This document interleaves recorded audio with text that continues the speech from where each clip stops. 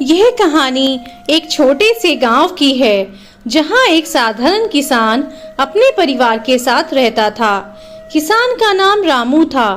रामू एक मेहनती व्यक्ति था और उसकी दिनचर्या सूरज उगने से पहले शुरू हो जाती थी।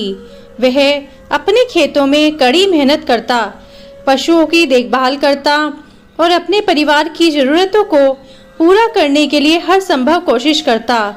परंतु इतनी मेहनत के बावजूद भी रामू हमेशा दुखी और परेशान रहता था।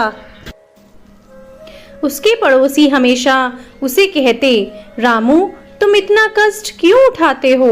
भगवान का नाम लो और थोड़ी राहत पाओ। परंतु रामू कहता, भगवान मेरी मदद क्यों करेंगे? मैं इतने दुख झेल रहा हूँ, फिर भी मेरी स्थिति नहीं सुधर रही है। राम के जीवन में सबसे बड़ा दुख उसकी गरीबी थी। उसके पास बहुत कम जमीन थी जो बमुश्किल उसे और उसके परिवार को पेट भरने के लिए अनाज दे पाती थी। उसके बच्चे हमेशा नई चीजों की मांग करते, परंतु रामू उन्हें वह सब नहीं दे पाता था। उसकी पत्नी भी आए दिन बीमार रहती थी और रामू को डॉक्टर की फीस और दवाइयों के लिए भी कर्ज लेना पड़ता था। रामू का स्वभाव धीरे धीरे कड़वाहट से भरने लगा। वह सोचता, मैं इतने कष्ट झेल रहा हूँ, फिर भी भगवान मेरी मदद नहीं कर रहे। मेरे सभी पड़ोसी मुझसे बेहतर स्थिति में हैं। यह सब मेरे साथ ही क्यों हो रहा है? रामू का यह सवाल उसके दिल और दिमाग में घर कर गया।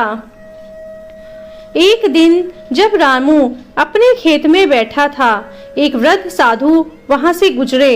साधु ने रामू की उदासी देखी और उसके पास आकर बोले, बेटा, तुम इतने परेशान क्यों हो? रामू ने अपनी सारी तकलीफें साधु को बता दी। उसने कहा, महाराज, मैं इतने दुख झेल रहा हूँ, मेरी मेहनत बेकार जाती है, मेरा परिवार दुखी है और मैं कुछ भी ठीक नहीं कर पा रहा हूँ। भगवान मेरी मदद क्यों नहीं करते? साधु ने मुस्कुराते हुए कहा, बेटा, भगवान तब तक हमारी मदद नहीं कर सकते जब तक हम खुद अपनी मदद करने की कोशिश ना करें। तुम अपने दुखों का कारण भगवान या किसी और को मानते हो, परंतु सच्चाई यह है कि हम अपने दुखों का कारण खुद ही होते हैं। रामू चौंका और बोला, महाराज, मैं कैसे अपने दुखों का कारण हूँ? मैंने तो हमेशा ईमानदारी से काम किया है, फिर भी मुझे कुछ भी नहीं मिला। साधु ने उसे समझाते हुए कहा, बेटा, जीवन में दुख और सुख हमारे कर्मों और विचारों का परिणाम होते हैं। हम जैसे विचार करते हैं वैसे ही हमारे जीवन में घटनाएं घटित होती हैं। यदि तुम निराशा, दुख और कड़वाहट से भरे रहोगे तो तुम्हारे जीवन में भी सुख और शांति कैसे आ सकती है? रामू को यह बात कुछ समझ नहीं आई। उसने साधु से पूछा, महाराज, इसका क्या अर्थ है? साधु ने एक उदाहरण देते हुए कहा, मान लो तुम्हारे खेत में कोई भी फसल नहीं हो रही है। तुम दिन रात कड़ी मेहनत कर रहे हो, परंतु जमीन उपजाऊ नहीं है, तो क्या केवल मेहनत करने से फसल उग जाएगी? रामू ने सिर हिलाते हुए कहा, नहीं महाराज, जमीन को उपजाऊ बनाना भी जरूरी होता है। साधु ने कहा, ठीक उसी प्रकार हमारे मन और विचार भी जमीन की तरह हैं। यदि हम अपने विचारों को सकारात्मक नहीं बनाएंगे तो चाहे जितनी भी मेहनत करें, हमें संतोष नहीं मिलेगा। तुम्हारा दुख इसलिए है क्योंकि तुम अपनी समस्याओं का समाधान ढूंढने के बजाय केवल शिकायत ही कर रहे हो।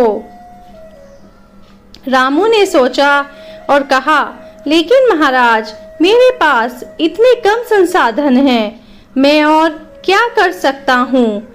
साधु ने मुस्कुराते हुए कहा, तुम्हारे पास संसाधन चाहे कम हो, परंतु तुम्हारे पास संकल्प शक्ति और अपने कर्मों पर नियंत्रण है। यदि तुम अपने जीवन में बदलाव चाहते हो तो सबसे पहले अपने विचारों को बदलो।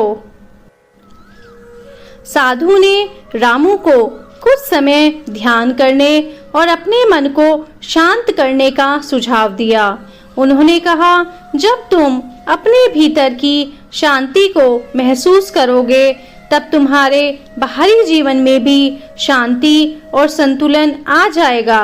अपने कर्मों को सही दिशा में लगाओ और भगवान पर विश्वास रखो। जब तुम्हारे कर्म सही होंगे तो फल भी अवश्य ही अच्छे होंगे।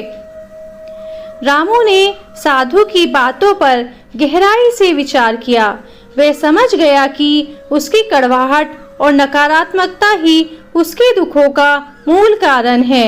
अगले दिन से उसने अपनी दिनचर्या में ध्यान और सकारात्मक सोच को शामिल किया। उसने अपने काम के प्रति एक नया दृष्टिकोण अपनाया। धीरे धीरे उसकी मेहनत का असर दिखने लगा। उसकी फसलें अच्छी होने लगी, उसकी पत्नी की सेहत में भी सुधार हुआ और उसके बच्चे भी खुश रहने लगे। रामू ने समझ लिया कि हमारे दुख और सुख केवल बाहरी परिस्थितियों पर निर्भर नहीं करते, बल्कि हमारे भीतर के विचारों और कर्मों पर आधारित होते हैं। जब उसने अपनी सोच और दृष्टिकोण बदला, तब उसकी जिंदगी में भी बदलाव आने लगा।